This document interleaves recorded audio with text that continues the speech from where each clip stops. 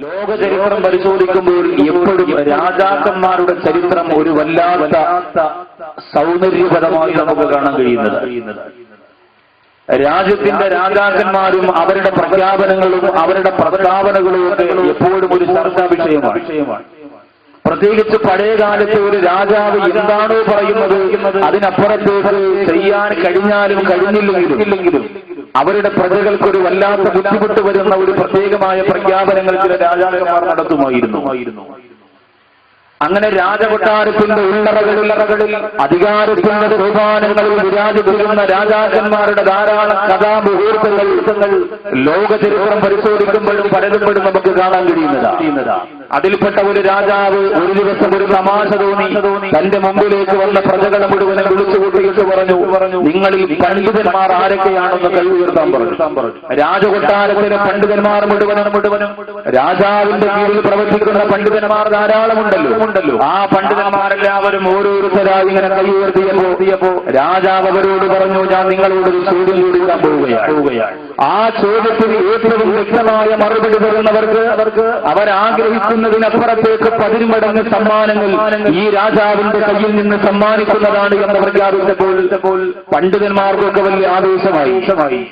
രാജകൊട്ടാരത്തിന്റെ അകത്തളത്തിൽ നിറഞ്ഞു നിൽക്കുന്ന പണ്ഡിതന്മാർ രാജാവിന്റെ ചോദ്യത്തിന് മറുപടി കൊടുക്കാൻ കാതോർത്ത് കാത്തിരിക്കുമ്പോൾ രാജാവിന്റെ ചോദ്യം വരികയാണ്. ലോകത്ത് ദൈവം തമ്പുരാൻ ഒരു മനുഷ്യന് കൊടുത്തിരിക്കുന്നതിൽ ഏറ്റവും വിലപിടിപ്പുള്ള വസ്തു എന്താണ് ചോദ്യം. ഈ ലോകത്തെ പടച്ച, ആകാശത്തെ പടച്ച, ഭൂമിയെ പടച്ച, സർവസരാചരങ്ങളെ പടച്ച ദൈവം തമ്പുരാൻ ലോകത്തെ തന്റെ അടിമകളാകുന്ന മനുഷ്യർക്ക് കൊടുത്തതിൽ ഏറ്റവും വിലപിടിപ്പുള്ള വസ്തു എന്താണ് എന്നതായിരുന്നു രാജാവിന്റെ ചോദ്യം. പണ്ഡിതന്മാരിൽ ഏറ്റവും പ്രമുഖനും അറിയപ്പെട്ടവരുമായ ഒരു പണ്ഡിതൻ എഴുന്നേറ്റുകൊണ്ട് പറഞ്ഞു, രാജാവിന്റെ ധൈര്യമാണ്. കാരണം പഴയ കാലത്തൊക്കെ രാജാവിനെ പുകഴ്ത്തി പറഞ്ഞാൽ ആ മറുപടിയാണ് രാജാവിനെ ഇഷ്ടപ്പെടുക എന്ന് അവർക്കറിയാം. അപ്പൊ രാജാവിന്റെ ധൈര്യമാണെന്ന് പറയുമ്പോൾ രാജാവിന് ഇഷ്ടപ്പെട്ടുകൊണ്ട് അത് തന്നെ ഏറ്റവും നല്ല മറുപടി എന്ന് രാജാവ് സമ്മതിക്കുമെന്ന് വിചാരിച്ചു. ഒന്നാമത്തെ പണ്ഡിതൻ പറഞ്ഞു, രാജാവിന്റെ ധൈര്യമാണ്. രാജാവിന്റെ ധൈര്യമാണ് ഏറ്റവും വിലപ്പെട്ട വസ്തു എന്ന് പറഞ്ഞപ്പോ രാജാവ് കളിയാക്കി തിരിച്ചുകൊണ്ട് പറഞ്ഞു, ഒരിക്കലുമല്ല, നിങ്ങളോട് സാധാരണ ചോദിക്കുന്ന പോലെ ഒരു ചോദ്യമല്ല ഇത്. എന്നെ പുകഴ്ത്തിയിട്ട് സമ്മാനം വാങ്ങാമെന്ന് നിങ്ങൾ കരുതണ്ട. ഒരിക്കലും എന്റെ ധൈര്യമല്ല, ലോകത്ത് കൊണ്ടുവന്നിരിക്കുന്ന ഏറ്റവും വിലപിടിപ്പുള്ള വസ്തു എന്ന് ആ രാജാവ് തന്റെ അനുചരന്മാരോട് പറഞ്ഞപ്പോ രണ്ടാമത്തെ പണ്ഡിതൻ മറുപടിക്ക് വേണ്ടി എഴുന്നേറ്റ് നിൽക്കുകയാണ്. രാജാവിനോട് രണ്ടാമത്തെ പണ്ഡിതൻ പറയുന്നു, അല്ലയോ രാജാവേ, അങ്ങയുടെ ശരീരത്തിൽ കിടക്കുന്ന മനോഹരമായ വസ്ത്രങ്ങളാണ്, ഉടയാടകളാണ് ലോകത്തെ ഏറ്റവും വിലപിടിപ്പുള്ളത്. അങ്ങയുടെ രാജ്ഞിയുടെ തലയിലിടുന്നത് പോലെ, അങ്ങയുടെ രാജ്ഞിയുടെ ശരീരത്തിൽ ധരിക്കുന്നത് പോലെ ഒരു വസ്ത്രം ഈ രാജ്യത്തെന്നല്ല ലോകത്തെ ഒരു പെണ്ണിന്റെ ശരീരത്തിൽ ഉണ്ടാവുകയില്ല. അതുകൊണ്ട് ലോകത്തെ ഏറ്റവും വിലപിടിപ്പുള്ളത് രാജാവേ, അങ്ങയുടെ പ്രിയതമയുടെ രാജ്ഞിയുടെ ഉടയാടകളാണ് എന്ന് രണ്ടാമത്തെ വ്യക്തി പറഞ്ഞപ്പോഴും രാജാവ് പുഞ്ചിരിച്ചുകൊണ്ട് പറഞ്ഞു, ഒരിക്കലും അതല്ല ലോകത്തെ ഏറ്റവും വിലപിടിപ്പുള്ള വസ്തു. മൂന്നാമത്തെ പണ്ഡിതൻ എഴുന്നേറ്റു. രാജകൊട്ടാരത്തിന്റെ മുമ്പിൽ സ്വർണ്ണത്തണ്ട് കൊണ്ട് നിർമ്മിക്കപ്പെട്ടിരിക്കുന്ന കൊടിമരത്തെ ചൂണ്ടിക്കാണിച്ചുകൊണ്ട് മൂന്നാമത്തെയാൾ പറഞ്ഞു, ലോകത്തെ ഏറ്റവും വിലപിടിപ്പുള്ള വസ്തു രാജാവേ, അങ്ങയുടെ കൊട്ടാരത്തിന് മുന്നിൽ നിൽക്കുന്ന മനോഹരമായ ഈ കൊടിമരമാണ്. സ്വർണവും തങ്കവും മരതകളും കൊണ്ട് നിർമ്മിക്കപ്പെട്ടിരിക്കുന്ന അതിന്റെ മനോഹാരിതയാണ് ലോകത്തെ ഏറ്റവും വിലപിടിപ്പുള്ള വസ്തു എന്ന് പറഞ്ഞപ്പോൾ രാജാവ് പറഞ്ഞു, അതുമല്ല. ഓരോരുത്തർ ഓരോ മറുപടികൾ പറഞ്ഞു. രാജാവിനതൊന്നും ഇഷ്ടപ്പെട്ടില്ല. അവസാനം അഞ്ചാമത്തെ പണ്ഡിതന്റെ അടുത്തേക്ക് വന്നപ്പോൾ അയാൾ എഴുന്നേറ്റുകൊണ്ട് പറഞ്ഞു, രാജാവേ, അങ്ങയുടെ സിംഹാസനമുണ്ടല്ലോ, അങ്ങിരിക്കുന്ന സിംഹാസനം നമ്മളൊന്ന് നോക്കിയാൽ, നമ്മുടെ സാധാരണ കണ്ടുകൊണ്ട് നമ്മളൊന്ന് നോക്കിയാൽ നമ്മുടെ കണ്ണഞ്ചി പോകുന്ന അത്ഭുതത്തിന്റെ പ്രകാശം നമ്മുടെ കണ്ണിലേക്ക് പറന്നു വരാൻ തരത്തിലുള്ള രാജാവേ, അങ്ങയുടെ വിലപിടിപ്പുള്ള ഏറ്റവും വിലപിടിപ്പുള്ളത് ലോകത്ത് ദൈവം തന്നെ ഏറ്റവും വിലപിടിപ്പുള്ള വസ്തു അങ്ങയുടെ ഈ മനോഹാരിത നിറഞ്ഞ കൊട്ടാരത്തിലെ സിംഹാസനമാണെന്ന് പറഞ്ഞപ്പോൾ രാജാവ് പറഞ്ഞു, ഒരിക്കലും ആ സിംഹാസനമല്ല, കൊടിമരമല്ല, എന്റെ ധൈര്യമല്ല, രാജ്ഞിയുടെ ഉടയാടകളും ആഭരണങ്ങളുമല്ല. ഒരുപാട് പണ്ഡിതന്മാർ മറുപടി പറഞ്ഞു, അതൊന്നും രാജാവിന് തൃപ്തിയായില്ല, അതൊന്നും യഥാർത്ഥ മറുപടിയല്ല എന്ന് പറഞ്ഞു. എന്നാൽ രാജകൊട്ടാരത്തിൽ നിന്ന് ഒരേ ഒരു പണ്ഡിതൻ, ആ പണ്ഡിതൻ എഴുന്നേറ്റുകൊണ്ട് പറഞ്ഞ മറുപടി കേട്ടപ്പോൾ രാജാവിന് അത്ഭുതം തോന്നി എന്ന് മാത്രമല്ല, ധാരാളം സമ്മാനങ്ങൾ ആ പ്രിയപ്പെട്ട പണ്ഡിതന്റെ കയ്യിലേക്ക് രാജാവ് എടുത്തു കൊടുക്കുകയാണ്. എന്തായിരിക്കും ആ മറുപടി? ലോകത്തെ ഏറ്റവും വിലപിടിപ്പുള്ള ഒരു വസ്തു എന്താണ്? ലോകത്തെ ഏറ്റവും വിലപിടിപ്പുള്ള വസ്തു എന്താണ്? രാജാവിന്റെ മുഖത്ത് നോക്കിയിട്ട് ആ പ്രിയപ്പെട്ട പണ്ഡിതൻ പറയുകയാണ്, 1000 കുതിരകൾ വലിച്ചുകൊണ്ട് വന്നാലും നഷ്ടപ്പെട്ടു പോയാൽ തിരിച്ചു കിട്ടാത്ത ഒന്നേ എന്ന് മാത്രമേ ലോകത്ത് മനുഷ്യനുള്ളൂ, ഒന്ന് മാത്രമേ ലോകത്ത് മനുഷ്യനുള്ളൂ എന്ന പണ്ഡിതൻ പറയുകയാണ്. 100 കോടി രൂപ നഷ്ടപ്പെട്ടാൽ രാജാവ് മനുഷ്യനെ തിരിച്ചെടുക്കാൻ കഴിയുന്നതാണ്. അങ്ങയുടെ അധികാരം നഷ്ടപ്പെട്ടു പോയാൽ രാജാവെ തിരിച്ചെടുക്കാൻ കഴിയുന്നതാ. എന്നാൽ ഒരിക്കലും മനുഷ്യനെ നഷ്ടപ്പെട്ടു പോയാൽ തിരിച്ചെടുക്കാൻ കഴിയാത്ത 10,000-കണക്കിന് കുതിരപ്പടയാടുകളെ കൊണ്ടുവന്നിട്ട് അങ്ങനെ കിട്ടുകൊണ്ട് തിരിച്ചു വലിച്ചുകൊണ്ട് വന്നാലും രാജാവ് ഒരിക്കലും തിരിച്ചെടുക്കാൻ കഴിയാത്ത നഷ്ടപ്പെട്ടു പോയാൽ ഏറ്റവും വിലപിടിപ്പുള്ള വശേതെന്നറിയുമോ? ആ രാജാവിനോട് പണ്ഡിതൻ പറഞ്ഞു കൊടുക്കുകയാണ്, അതൊരു മനുഷ്യന് രൂപം കൊടുത്തിരിക്കുന്ന സമയമാണ്, അതൊരു മനുഷ്യന്റെ ദൈവം തമ്പുരാൻ കൊടുത്തിരിക്കുന്ന സമയമാണ്. അത് നഷ്ടപ്പെട്ടു പോയാൽ ഒരിക്കലും തിരിച്ചെടുക്കാൻ കഴിയാത്തതുകൊണ്ട് മനോഹരമായ ഈ തീരത്തേക്ക് വന്നിരിക്കുന്നവര് അവസാനിതാക്കളുടെ സമയമുണ്ടല്ലോ, നിങ്ങളുടെ സമയമുണ്ടല്ലോ. ഇന്ന് നഷ്ടപ്പെട്ടു പോയാൽ ഒരിക്കലും അതിന് നമുക്ക് തിരിച്ചെടുക്കാൻ സാധ്യമല്ല. ലോകത്തല്ലാതെ പടച്ചതമ്പുരാ ഒരു മനുഷ്യന് കൊടുക്കുന്ന ഏറ്റവും വിലപ്പെട്ട വസ്തു എന്ന് പറയുന്നവന്റെ സമയമാണ്. ലോകത്തെ ഏറ്റവും വലിയ പുരോഗതിയിലേക്ക് കടന്നു വന്നുകൊണ്ടിരുന്ന ജപ്പാൻ എന്ന് പറയുന്ന രാജ്യത്തിന്റെ 1427 അവസ്ഥയുണ്ടായിരുന്നു. ജപ്പാൻ എന്ന് പറയുന്ന രാജ്യത്തിന്റെ വളർച്ച കണ്ടിട്ട് അമേരിക്ക തോറ്റുപോകണമെന്ന് ഭയപ്പെട്ടുകൊണ്ട് ജപ്പാനിലെ ഹിരോഷിമയിലും നാഗസാക്കിയിലും ബോംബുകൾ വർഷിപ്പിച്ചു പോയപ്പോ ജപ്പാനിലെ സാമ്പത്തിക ശ്രേണി മുഴുവനും തകർന്നു പോകുകയാ. ജപ്പാനിലെ ബുദ്ധിരാക്ഷസന്മാർ മുഴുവനും ചത്തൊടുങ്ങുകയാ. എല്ലാ സാമ്പത്തിക ഭദ്രതയുടെ കവാടങ്ങളും തകർത്തെടുന്ന് തരിപ്പണമായി പോയപ്പോ ജപ്പാനിലെ പണ്ഡിതന്മാരാ ആൺകുട്ടികളെ പോലെ നെഞ്ചുതിരിച്ചു നിൽക്കുകയാ. ജപ്പാനിലെ ശാസ്ത്രീയ ലോകത്ത് മുഴുവനും വിളിച്ചു കൂട്ടുകയാണ്. അവരോട് ആ പണ്ഡിതന്മാര് പറഞ്ഞത്, ദൈവം നമുക്ക് തന്ന സമ്പാദ്യം പോകട്ടെ, നമ്മൾ ഇന്നുവരെ കണ്ടുപിടിച്ചു വെച്ചിരുന്ന എല്ലാ കണ്ടുപിടുത്തങ്ങളും നഷ്ടപ്പെട്ടു പോകട്ടെ, പക്ഷേ ദൈവം നമുക്ക് തന്നിരിക്കുന്നതിൽ ഏറ്റവും വിലപ്പെട്ട വസ്തു എന്ന് പറയുന്നൊരു സമയമാണ്. അതുകൊണ്ട് ഇനി ഒരു സെക്കൻഡ് ഒരാൾ ജപ്പാൻ എന്ന് പറയുന്ന രാജ്യത്ത് പാഴാക്കി കളഞ്ഞാൽ ആ മനുഷ്യൻ പാഴാക്കുന്നത് 1000 വർഷത്തിന് തുല്യമാണ്. അതുകൊണ്ട് ഒരു സെക്കൻഡ് പോലും പാഴാക്കാതെ ജപ്പാനിലെ ബുദ്ധിരാക്ഷസന്മാര് ജപ്പാൻ എന്ന് പറയുന്ന രാജ്യത്തെ ലോകത്തിന്റെ നമ്പർ കണ്ടുപിടുത്തത്തിന്റെ പുരോഗതിയുടെ പദവിയിലേക്ക് എത്തിക്കാൻ ഇന്ന് മുതൽ നിങ്ങൾ പരിശ്രമിക്കണമെന്ന് ജപ്പാനിലെ പണ്ഡിതന്മാർ ആഹ്വാനം നടത്തിയപ്പോ ഒരു സെക്കൻഡ് പാഴാക്കാതെ ജപ്പാനിന്റെ തിരുവോരങ്ങൾ കണ്ടുപിടുത്തങ്ങൾ നടത്തുകയാ. എന്തിനേറെ അന്ന് അമേരിക്ക ഭയപ്പെട്ടതിനേക്കാൾ ഏറ്റവും വലിയ ഭയപ്പാടിലേക്ക് ഇന്ന് ജപ്പാൻ എന്ന് പറയുന്ന രാജ്യം അമേരിക്കയേക്കാൾ പുരോഗതിയിലെത്തുകയാണ്. ചുരുക്കത്തിൽ ഇവിടെ വരെ പുരോഗതിയെത്തിയെന്നറിയോ? എന്തിനേറെ തിരുവനന്തപുരം ജില്ലയുടെ ഇന്ത്യ രാജ്യത്തിന്റെ കേരളത്തിന്റെ തിരുവനന്തപുരം ജില്ല എന്ന തെക്ക് ഭാഗത്തിന്റെ ഏതെങ്കിലും ഒരു ഭാഗത്ത് ഒരു ഇലക്ട്രോണിക് ഉപകരണം വാങ്ങിയാൽ അതിന്റെ പിന്നിൽ മൈഡിയൻ ജപ്പാൻ എന്ന് എഴുതി വെച്ചിരുന്നാൽ അഭിമാനത്തോട് ഇത് ഒറിജിനലാണ്, ഇത് പാടാവുന്നതല്ല എന്ന് മനസ്സിലാക്കുന്ന തരത്തിൽ ജപ്പാനിന്റെ ബുദ്ധിവൈഭവം വളർന്നു പോരെങ്കിൽ എന്റെ പ്രിയപ്പെട്ടവരെ പഠിച്ചുകൊള്ളുക. ഇന്ന് അവസാനം ജപ്പാൻ കണ്ടുപിടിച്ചിരിക്കുന്നതെന്താ? 1000 നിലകളുള്ള കൊട്ടാരം പണിഞ്ഞാൽ ഒരു ഭൂമി വെളിച്ചത്തിലും ഒരു പേമാരിയിലും അത് തകർന്നു പോകില്ല.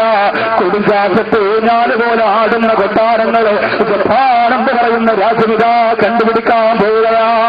കൊടുങ്കാറ്റിൽ വീഴാതെ മറിയാതെ ആടുന്ന കൊട്ടാരങ്ങളെ ജപ്പാൻ എന്ന രാജ്യം കണ്ടുപിടിക്കാൻ പോകുന്നു.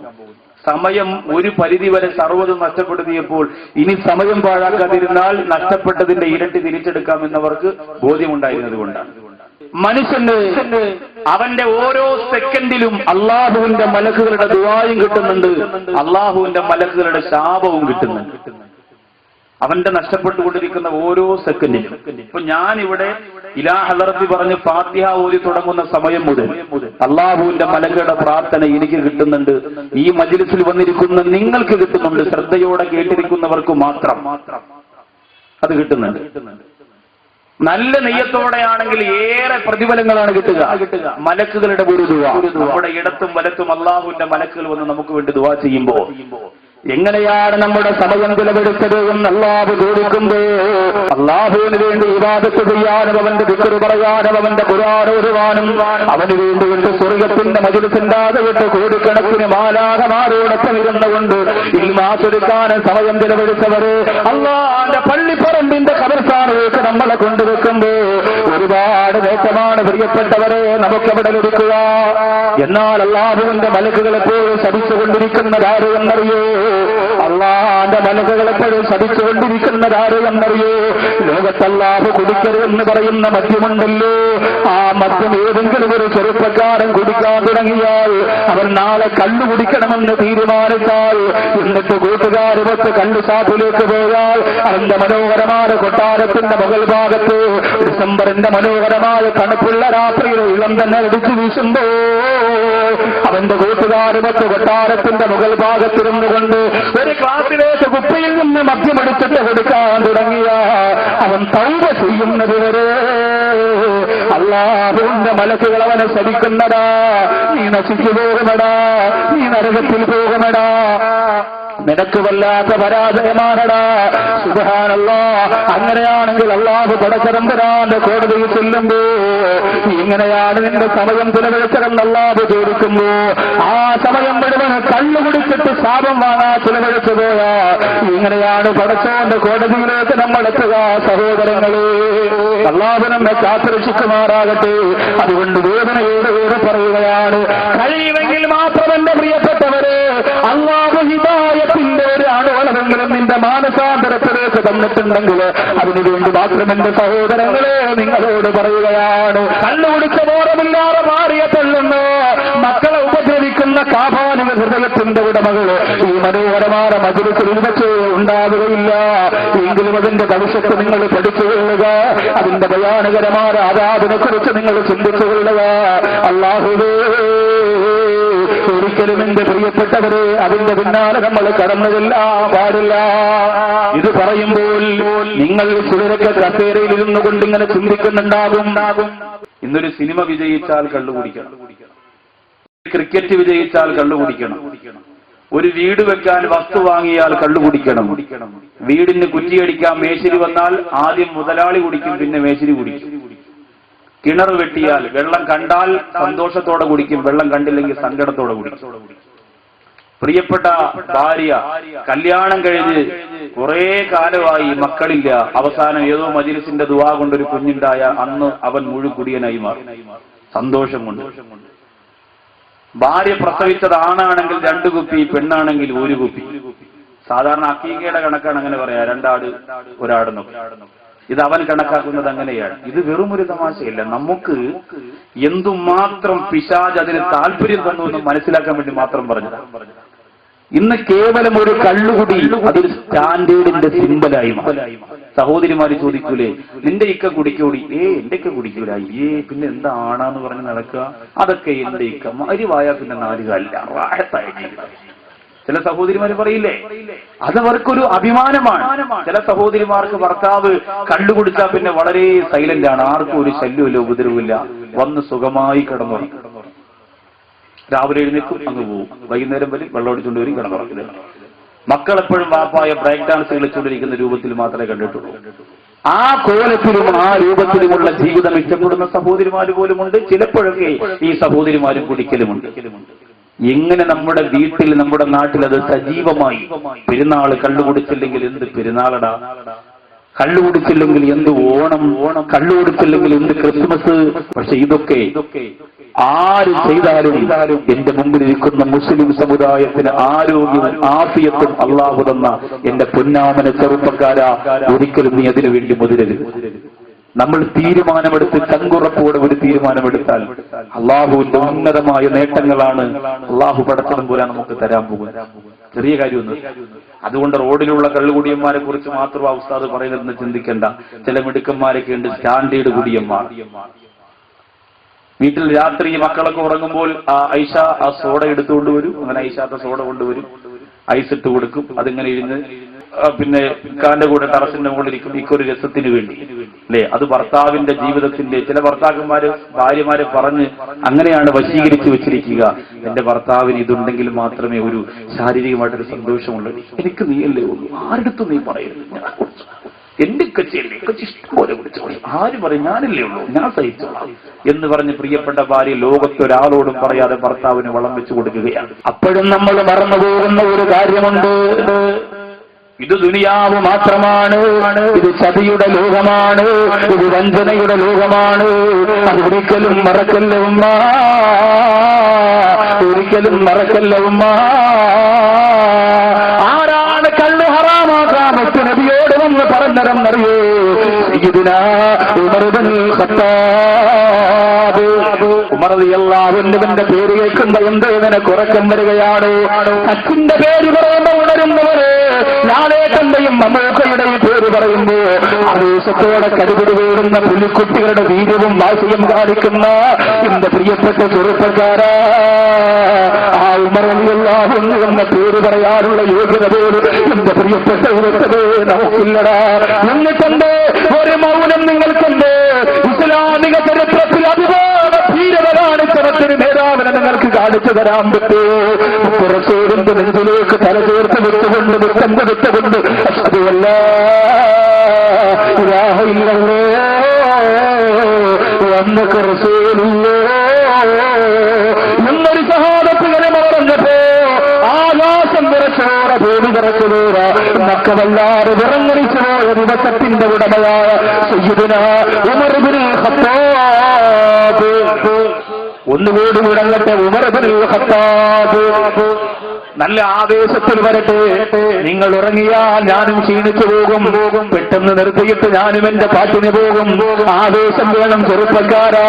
ഇവരക്കാരാ നമ്മുടെ മുന്നിലൂടെ മുള്ളിലൂടെ മൂർക്കമ്പാവിലൂടെ മുള്ളിലൂടെ കുപ്പിച്ചില്ലിലൂടെ മുറിയാരം നടന്നു പോലെ കാൽപ്പാടത്തിന്റെ ഉടമകളാണ് സയ്യിദുനാ ഉമർ ഇബ്നുൽ ഖത്താബ്. അല്ലാഹു നമ്മുടെ തർബിയത്ത് സ്വീകരിക്കട്ടെ. ബഹുമാനപ്പെട്ടവർ ഏറ്റവും വലിയ അറേബ്യയുടെ കള്ള് കമ്പനിയുടെ ഉടമസ്ഥനായി, ഏറ്റവും വലിയ കള്ള് കമ്പനിയുടെ ഉടമസ്ഥൻ. അള്ളാഹുവിന്റെ ദീനിൽ ആദ്യം കള്ള് ഹറാമല്ലായിരുന്നു. ചില ചെറുപ്പക്കാർ പറയും, ഓ പിന്നെ ആരളിയാ അത് ഹറാമാക്കിയത്, അത് ഹറാമായതുകൊണ്ടല്ലേ. നിങ്ങൾ വിചാരിച്ചെന്തെന്നറിയോ? ഈ പലരും വിചാരിക്കുന്നത് ഉസ്താദുമാർക്ക് ആ കള്ളിന്റെ എഫക്ട് അറിയില്ലേ, അതുകൊണ്ട് അങ്ങനെ പറയുന്നത്. അറിയാത്തത് കൊണ്ടല്ല, അത് കുടിക്കുമ്പോ എന്താ സംഭവിക്കുന്നതെന്നൊക്കെ അറിയാം. പക്ഷെ അത്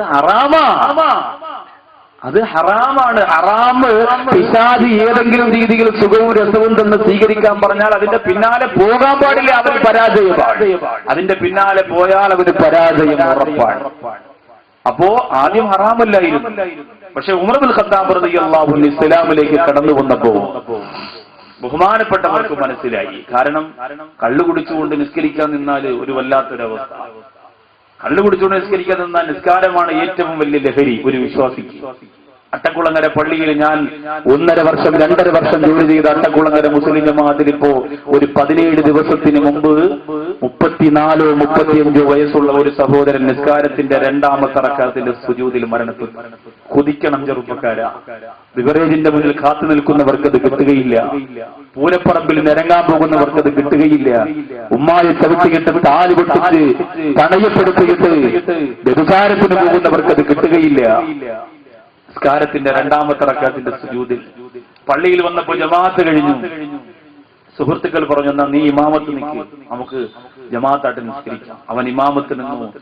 2ാമത്തെ റക്അത്തിന്റെ സുജൂദിൽ ആ പ്രിയപ്പെട്ട സഹോദരൻ പിന്നെ എഴുന്നേറ്റില്ല. ആ അട്ടക്കുളങ്ങര പള്ളിക്ക് അകത്ത് കിടന്നു മരണപ്പെട്ടു. എന്തൊരു ഭാഗ്യമാണ്! ഉദോടുകൂടി സുജൂദിൽ സുബ്ഹാന റബ്ബിയൽ അഅ്ലാ വബിഹംദിഹി പറഞ്ഞുകൊണ്ട് കിടന്ന് മരിക്കാനുള്ള ഒരു അവസരം അല്ലാഹുവേ നല്ല മരണം ഞങ്ങൾക്ക് തരണമേ അല്ലാഹ്. എന്നാണ് ഞങ്ങളൊക്കെ മരിക്കുന്നതെന്നറിയില്ല. സുഹൃത്തുക്കൾ പറയലുണ്ട്, സാറേ നിങ്ങൾ അറിഞ്ഞു അയാൾ മരിച്ചിരിക്കുകയാണ്, ആ വീട്ടിലെ ഉമ്മ മരിച്ചിരിക്കുകയാണ്, ഈ വീട്ടിലെ ഇത്ത മരിച്ചിരിക്കുകയാണ്. അല്ലാഹുവേ നമ്മളൊക്കെ എപ്പോഴാണ് മരിക്കുന്നതെന്നറിയില്ല. എപ്പോഴാണെങ്കിലും റബ്ബേ ലാ ഇലാഹ ഇല്ലല്ലാഹ് എന്ന് പറയാതെ സാധുക്കളാണ് ഞങ്ങളുടെ റൂഹ് പിടിക്കല്ല റബ്ബേ. സഹോദരങ്ങളെ നിങ്ങൾ ചിന്തിക്കണം കേട്ടോ. അല്ലാഹു സുബ്ഹാനഹു വ തആല ഒരുപാട് മദ്യം ഹലാലാകുന്ന കാലഘട്ടത്തിൽ ഉമർ ഇബ്നുൽ ഖത്താബ് റളിയല്ലാഹു അൻഹു വന്നിട്ട് പറയുകയാ, യാ റസൂലല്ലാഹ്, ഈ മദ്യം ഒരു വല്ലാത്ത അപകടം തന്നെയാണ് നബിയേ. എനിക്ക് ആ മദ്യം നിരോധിച്ച 3 ഘട്ടങ്ങൾ നിങ്ങളോട് വിശദീകരിക്കണമെന്ന് താല്പര്യമില്ല. അത് വിശദീകരിച്ചതുകൊണ്ട് നിങ്ങൾക്കൊരു നേട്ടവും കിട്ടാൻ പോകുന്നില്ല. മറിച്ച് ഞാൻ ആ ഘട്ടമൊന്ന് വെറുതെ പറഞ്ഞു പോകുകയാ. ഉമർ റളിയല്ലാഹു അൻഹു ഇങ്ങനെ ഓരോന്ന് പറഞ്ഞു അവസാനം നിസ്കരിക്കുമ്പോ അന്തും സുഖാറാ, ലഹരി പിടിച്ചവരായിട്ട് നിങ്ങൾ ഒരിക്കലും നിസ്കരിക്കല്ലേ എന്ന് അല്ലാഹുവിന്റെ പരിശുദ്ധ ഖുർആനിന്റെ പ്രഖ്യാപനം വന്നപ്പോ പിന്നെ കണ്ടുകൊടുത്തുകൊണ്ട് നിസ്കരിക്കാൻ പറ്റാത്ത സാഹചര്യം വരികയാ. അത് വിടുമ്പോൾ ഉമർ ഇബ്നുൽ ഖത്താബ് റളിയല്ലാഹു അൻഹു വീണ്ടും മുത്തറസൂലിന്റെ ചാരത്ത് വരികയാ. യാ റസൂലല്ലാഹ്, പോര നബിയേ, ഒരിക്കൽ കൂടി ഒരു ശക്തമായ തീരുമാനം വേണം നബിയേ. കള്ളൊരുപാട് അപകടത്തിലേക്ക് മനുഷ്യനെ കൊണ്ടെത്തിച്ചുകൊണ്ടിരിക്കുകയാ. കള്ള് സമാധാനത്തോടെ ഇബാദത്ത് ചെയ്യാൻ കഴിയാത്ത അവസ്ഥയിലേക്ക് എത്തിച്ചുകൊണ്ടിരിക്കുകയാ. ആ സമയത്താണ് അല്ലാഹുവിന്റെ പരിശുദ്ധ ഖുർആനിന്റെ പ്രഖ്യാപനം വന്നത്. ഇന്നമൽ ഖംറു വൽ മൈസിറു വൽ അൻസാബു വൽ അസ്ലാം റുജ്സുൻ മിൻ അമലി ശൈത്താൻ.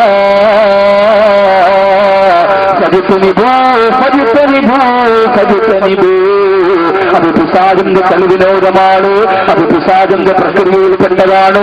അത് നിങ്ങൾ വിടുന്നുകൊള്ളുക എന്ന് അല്ലാഹു നിങ്ങൾക്ക് വിജയം കിട്ടുന്നതിന് അതിനെ നിങ്ങൾ വിടുന്നുകൊള്ളുക എന്ന് അല്ലാഹുവിന്റെ പരിശുദ്ധ ഖുർആനിന്റെ പ്രഖ്യാപനം വന്നപ്പോ അറേബ്യൻ രാജ്യത്ത് കള്ളു രാജാക്കന്മാർ എത്രയാ ഉണ്ടായിരുന്നത്. എല്ലാവരും തട്ടിക്കളഞ്ഞില്ലേ. കള്ളിന്റെ കോട്ടകപ്പണങ്ങളൊക്കെ അറേബ്യൻ മണ്ണിൽ തകർത്തിരുന്നില്ലേ. കള്ളിന്റെ അരികുകൾ ഇങ്ങനെ ഒഴുകിപ്പോയില്ലേ.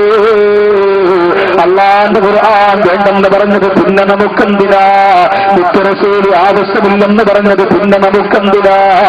എല്ലാം വലിച്ചെറിഞ്ഞുകൊണ്ട് അല്ലാഹുവിന്റെ പൊരുത്തത്തിന് വേണ്ടി പൊട്ടിക്കടഞ്ഞു പോരാ സഹാബത്തിന്റെ അനുചരന്മാരെ. 30 ദിവസം റമളാനിന്റെ നോമ്പ് പിടിച്ചിട്ട് നോമ്പ് തുറക്കുന്ന സമയത്ത് പൊട്ടിക്കടഞ്ഞ് ദുആ ചെയ്തിട്ട് പെരുന്നാളുകാരൻ കഴിഞ്ഞ് കൂട്ടുകാരന്റെ കൂടെ ഊട്ടിയിലും കൊടൈക്കനാലും മൂവാലാണ്ടിലേക്ക് പോയിട്ട് റൂമെടുത്തിട്ട് കള്ളുകുടിച്ച് പെരുന്നാൾ ആഘോഷിക്കുന്ന ചെറുപ്പക്കാരാ. കന്യാകുമാരിയിൽ 3 മാസം കൂടുമ്പോ എവിടെയെങ്കിലും ഉള്ളവര് പേരിടിച്ച് പെണ്ണിനെയും കൊണ്ടുപോയി റൂമെടുത്തിട്ട് അതേ മദ്യവും മധുരാശിയുമാറി സമയം ചെലവഴിക്കുന്ന ഈ കാലഘട്ടത്തിന്റെ ചെറുപ്പക്കാരാ, മോനെ കള്ള ചെറുതായി പോയി, കബർ മറന്നുപോയി, പരലോകം മറന്നുപോയി. പേടിക്കണമടാ. അല്ലാഹു നിനക്ക് തന്നിരിക്കുന്ന ആരോഗ്യം നശിപ്പിക്കാറുണ്ടല്ലോ. അല്ലാഹു നിനക്ക് തന്നിരിക്കുന്ന ആശയത്തെ നശിപ്പിക്കാറുണ്ടല്ലോ. അല്ലാഹു നിന്നെ വെറുതെ വിടുമെന്ന് കരുതണ്ട. നിനക്ക് കൈ തന്നത് നീ ചോദിച്ചിട്ടല്ല, നിനക്ക് കാല് തന്നത് നീ ചോദിച്ചിട്ടല്ല. വാരിയെല്ലുകൾ കൊണ്ട് മൂടപ്പെടുന്ന 360 ഗ്രാം മാത്രം പാരമ്പര്യ ഹൃദയമുണ്ടല്ലോ. ഉമ്മായുടെ ഉദരത്തിനകത്ത് നിന്റെ ശരീരത്തിലേക്ക് ഫിറ്റ് ചെയ്തിരുന്നത് എന്റെ പ്രിയപ്പെട്ട ചെറുപ്പക്കാരാ, നീ അല്ലാഹുവിനോട് ചോദിച്ചത് കൊണ്ടല്ല, പടച്ചോന്റെ അനുഗ്രഹമല്ലേ. എന്നിട്ടാ പടച്ചോനെ മറന്നുകൊണ്ട് ആ ആരോഗ്യത്തെ നശിപ്പിക്കുന്ന ചെറുപ്പക്കാരാ, ഖുർആൻ പറയുന്നത് പൂർണ്ണമായും നിങ്ങൾ അതിനെ വർദ്ധിക്കണം, വെടിയണമെന്നാണ്. ഈ ആയത്തിൽ കള്ളിനെ കുറിച്ച് മാത്രമല്ല പറഞ്ഞത്, യാ അയ്യുഹല്ലദീന ആമനു, അല്ലയോ വിശ്വാസികളെ എന്ന് വിളിച്ചിട്ട് അല്ലാഹു പറയുന്നു. കള്ള്, ചൂതാട്ടം, അതായത് ചീട്ട് കളിയൊക്കെ ഉണ്ടല്ലോ. ചില സ്ഥലത്തൊക്കെ ചീട്ട് കളിച്ചുകൊണ്ടിരിക്കണ ഉണ്ടാകുന്ന കൂട്ടപ്രാർത്ഥന നടക്കുകയാണ്. മരത്തിന്റെ ചൂട്ടിൽ വട്ടം കൂടി ചെവിയിൽ മറ്റേ സാധനമൊക്കെ ഇട്ടിട്ട് ഇങ്ങനെ ഇരിക്കണ ഉണ്ടാകുന്നു. അല്ലോ എത്ര മൂലിസീകളായ അല്ലേ. അടുത്ത് നിന്നിരിക്കുമ്പോഴാ കിതാബ് മാറിയത് നമ്മൾ അറിയണം. അപ്പൊ ഇതുപോലെ ചൂതാട്ടവും ചീട്ടുകളിയും പന്തയം വെക്കലും ഇതൊക്കെ ഹറാമാണ് എന്ന് പറയുന്നതിന്റെ കൂട്ടത്തിൽ അള്ളാഹു പറഞ്ഞു ബിംബാരാധനയും നിങ്ങൾ വർദ്ധിക്കുക. ബിംബാരാധന എന്തിനാ? അപ്പൊ യാ അയ്യുഹല്ലദീന ആമനു, അല്ലയോ വിശ്വസികളെ എന്ന് വിളിച്ചിട്ടാ പറയുന്നത്. ബിംബാരാധന നടത്തുന്നവരെ വിശ്വസികളെന്ന് വിളിക്കാൻ പറ്റൂലല്ലോ. എന്തിനാ ഇവിടെ അങ്ങനെ പറഞ്ഞേ? ഖുർആനിന്റെ മറ്റൊരു ഭാഗത്ത് ബിംബാരാധനയെ കുറിച്ച് മാത്രം പറഞ്ഞപ്പോൾ ബിംബാരാധന എന്ന് പറയുന്ന ആ വൃത്തികളിൽ നിങ്ങൾ വർദ്ധിക്കണമെന്ന് ഖുർആന്റെ മറ്റൊരു ഭാഗത്ത് പറഞ്ഞു. ആ രിജിസിനെയാണ് ഇവിടെയും അല്ലാഹു സുബ്ഹാനഹു വ തആല ആ രിജിസിനെയാണ് ഇവിടെയും ഉപയോഗിച്ചിരിക്കുന്നത്. റിജിസും മിൻ അമലി ശൈത്താൻ, അത് ശൈത്താന്റെ ഒരു ചതിയുള്ള ഒളിഞ്ഞു കിടക്കുന്ന പ്രവർത്തനത്തിൽപ്പെട്ടതാണ് എന്ന് അള്ളാഹു പറഞ്ഞത്. കള്ളിനെയും ബിംബാരാധനയും അള്ളാഹു ഒരുപോലെ കണ്ടു. കള്ളിനെയും ബിംബാരാധനയും അള്ളാഹു ഒരുപോലെ കണ്ടു എന്ന് മാത്രമല്ല, ഉത്തറസൂല് പറഞ്ഞിട്ടുണ്ടല്ലോ,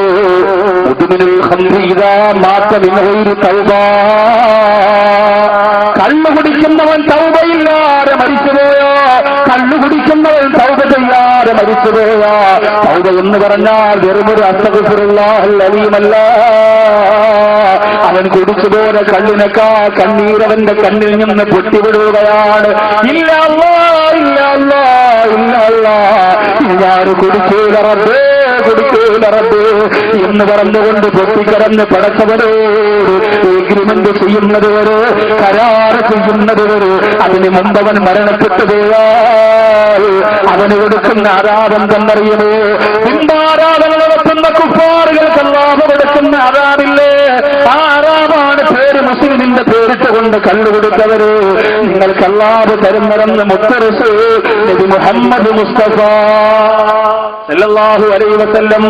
മാത്രമല്ല, കള്ളുകൊടുത്താൽ ആ കുടിച്ച് തൗബ ചെയ്യുന്നത് വരെ മലക്കുകളുടെ ശാപമാണ്. 15 വയസ്സിൽ കുടിച്ചവര് 60 വയസ്സ് വരെ നീ ജീവിച്ചിരിക്കുമ്പോ ഇത്രയും വർഷം നീ തൗബ ചെയ്യാറ് ജീവിച്ചു പോയാൽ ആ സമയം മുഴുവനും മലക്കുകളുടെ ശാപമാ നിനക്ക് കിട്ടുന്നതില്ല.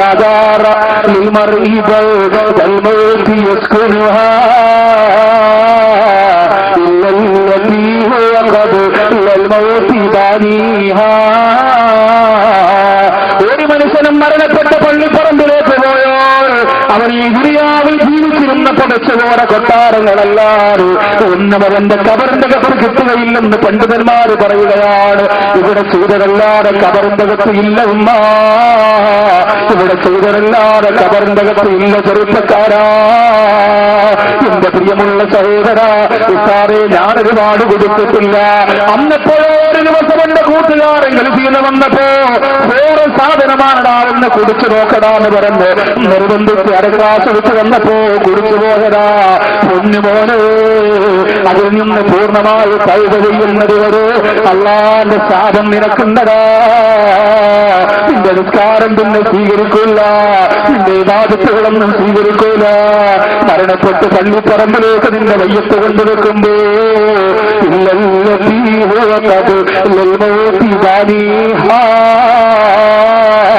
മരണത്തിന് മുമ്പ് ചെയ്തതല്ലാതെ ആ കബറിന്റെ അകത്ത് ഒന്നുമില്ല ഉമ്മ, ഒന്നുമില്ല ചെറുപ്പക്കാരാ. എത്രയോ സഹോദരിമാരുടെ ഒന്ന് കരയുന്നുണ്ട്. ഉസ്താദേ, ഇന്ന് പ്രസംഗത്തിന് വന്നപ്പോൾ പോലും എന്റെ പ്രിയപ്പെട്ടവരെന്റെ മുഖത്തെടുത്തതാ കള്ളു കുടിച്ചു കൊണ്ടുവന്ന് എന്നില്ല എന്റെ ഭർത്താവിന് വേണ്ടി ഭക്ഷണമിട്ട് കാത്തിരിക്കുന്ന പാത്രമെടുത്ത് വലിച്ചെറിയുന്നതാ. എന്റെ മുടുക്കത്തിന് പിടിച്ചിട്ട് ചുവരിലേക്ക് എന്നെ ചേർത്ത് വെച്ചുകൊണ്ട് ഉപദ്രവിക്കുന്നതാ.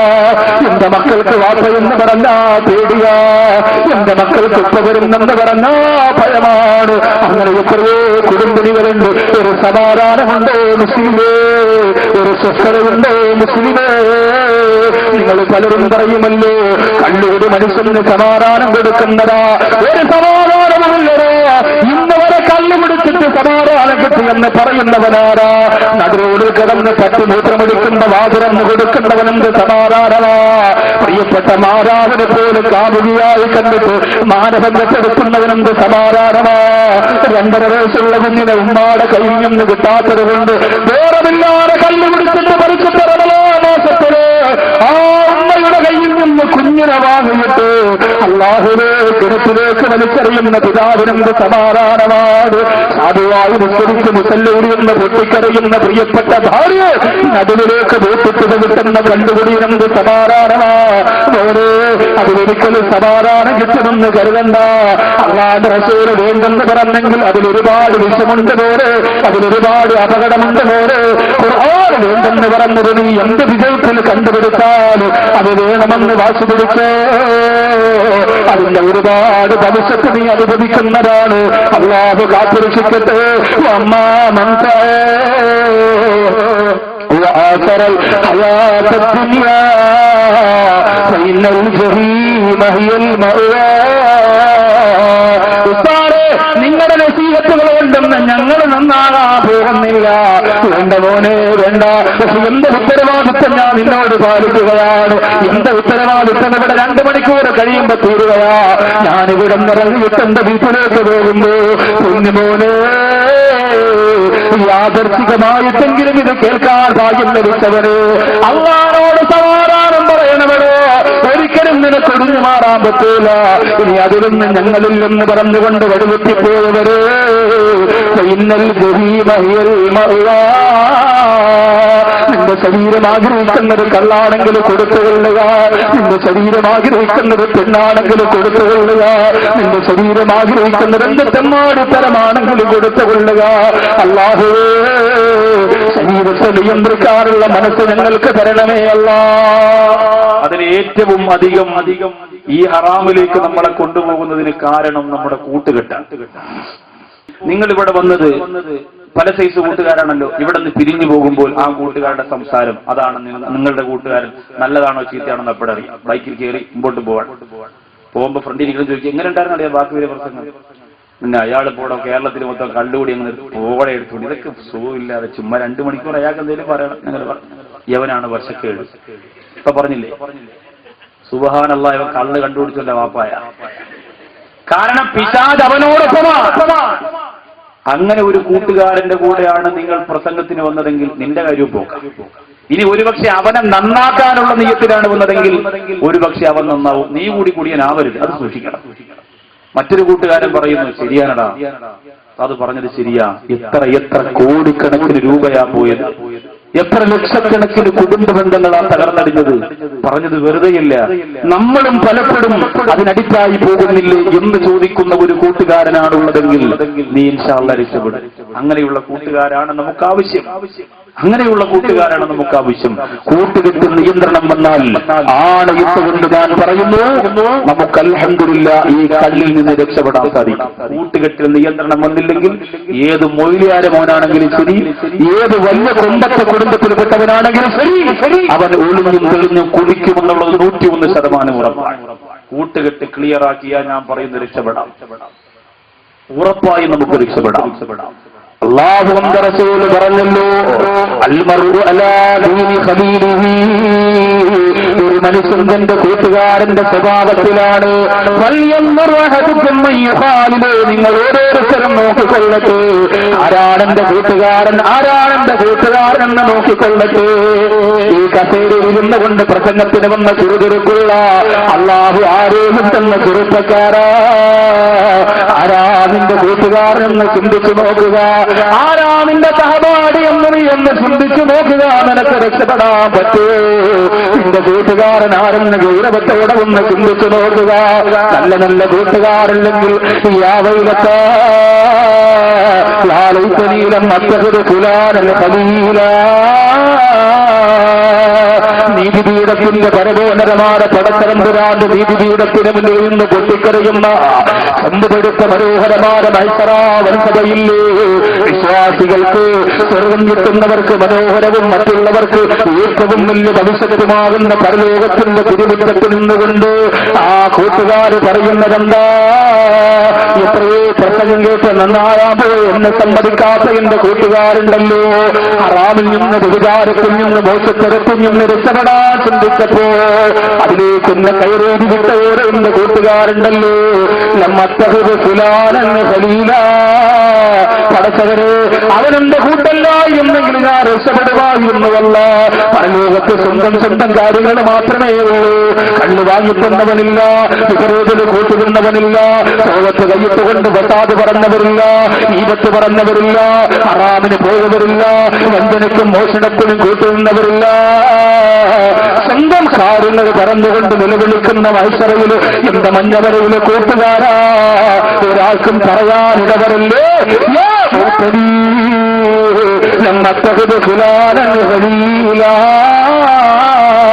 അവനെന്റെ കൂട്ടുകാരനില്ലായിരുന്നെങ്കിൽ എത്ര നന്നായിരുന്നത് എന്ന് ചിന്തിച്ചുകൊണ്ട് പൊട്ടിക്കറിയുന്നുണ്ട് ഒരവസ്ഥ വരല്ലേ.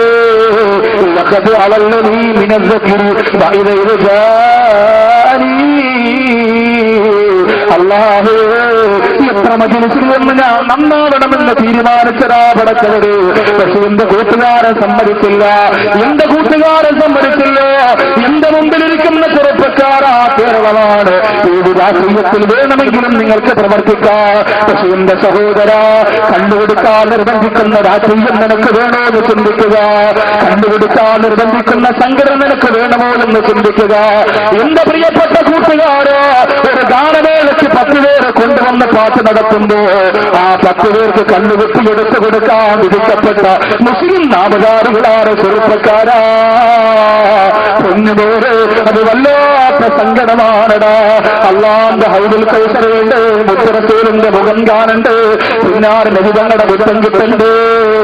അതുകൊണ്ട് നല്ല കൂട്ടുകാരനെ എടുത്ത് ഞാൻ ഈ പറയുന്നത് കേട്ടിട്ട് ഒരിക്കലും ഉസ്താദ് എനിക്ക് നല്ല കൂട്ടുകാരനില്ല, ഞാൻ കണ്ണുകുടിക്കുന്നവന്റെ കൂടെ തന്നെ സഞ്ചരിക്കുന്നത്, പക്ഷെ ഞാൻ കുടിക്കൂല ഉസ്താദ്, ഞാൻ കുടിക്കൂല ഉസ്താദ് എന്ന് പറയുന്നവര് നിങ്ങളുടെ മനസ്സ് വെക്കുന്ന ഒരു ഹദീസ് അല്ലാഹുവിന്റെ റസൂലുണ്ട്. മഹദിയായ ആയിഷ റളിയല്ലാഹു അൻഹ പറഞ്ഞു തരുകയാണ്, മൻ ജലസ മൻ ജാലസഹു, കള്ളുകുടിയുടെ കൂടെ ആരെങ്കിലും പോയി ഇരുന്നാൽ, അവന്റെ കൂടെ ആരെങ്കിലും സഹകരിച്ചാൽ, കള്ളുകുടിയനോടൊപ്പം ആരെങ്കിലും യാത്ര ചെയ്താൽ, ഹസറഹു യൗമൽ ഖിയാമത്തി അഅമാ, ഖിയാമത്ത് നാളിൽ അന്ധനായിട്ടവനെ അല്ലാഹു കൊണ്ടുവരുന്നതാ. കള്ളുകുടിയനെ കിട്ടിപ്പോയ ഭാര്യമാര് ഭർത്താവിനോടൊപ്പമല്ലേ നിങ്ങളിരിക്കുന്നത്. കരയുക നിങ്ങളെ, പൊട്ടിക്കറന്നുകൊണ്ട് ദ്വാരക്കുക. കള്ളുകുടിയനാണ് ഭർത്താവിൽ നിന്നൊന്ന് രക്ഷപ്പെട. ആ ഭർത്താവിന്റെ ദുർഗുണമെന്ന് മാറ്റിക്കിട്ടാൻ വേണ്ടി അള്ളാനോട് ദുആ ചെയ്യണം നിങ്ങള്. എന്റെ മഞ്ഞമലയിൽ എന്റെ ഉമ്മയുടെ സഹോദരങ്ങൾ താമസിച്ചിരുന്ന നാടാണ് മഞ്ഞമല.